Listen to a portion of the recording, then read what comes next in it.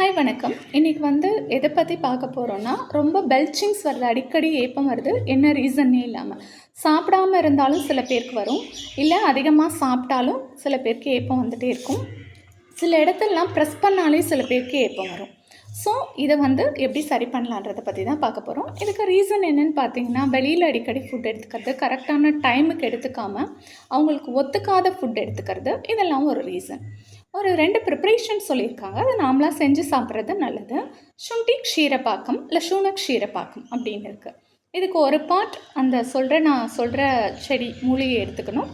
15 parts water add பண்ணிக்கணும். 15 parts பால் add பண்ணிவிட்டு அதை பாதியாக ரெடியூஸ் பண்ணிவிட்டு அதை எடுத்துகிட்டு வந்தீங்கன்னா இந்த பிரச்சனை குறைஞ்சிரும். சுண்டினா சுக்குப்பொடி ஒரு பார்ட், 15 பார்ட்ஸ் பால் ஆட் பண்ணிக்கணும். 15 பார்ட்ஸ் வாட்டர் ஆட் பண்ணிவிட்டு ஹாஃபாக ரெடியூஸ் பண்ணிக்கணும். அதை வடிகட்டிட்டு குடிக்கிறது. அப்படி இல்லைன்னா பூண்டை லைட்டாக நசுக்கிட்டு ஒரு பார்ட் எடுத்துகிட்டு 15 பார்ட்ஸ் வாட்டர் ஆட் பண்ணி 15 பார்ட்ஸ் பால் ஆட் பண்ணி நல்லா கொதிச்சதுக்கப்புறம் அது ஹாஃபாக ரெடியூஸ் ஆனதுக்கப்புறம் வடிகட்டிட்டு அதை குடிச்சிட்டு வந்தோன்னா இந்த பிரச்சனை ஃபுல்லாக சரியாக போயிடும். தேங்க்யூ.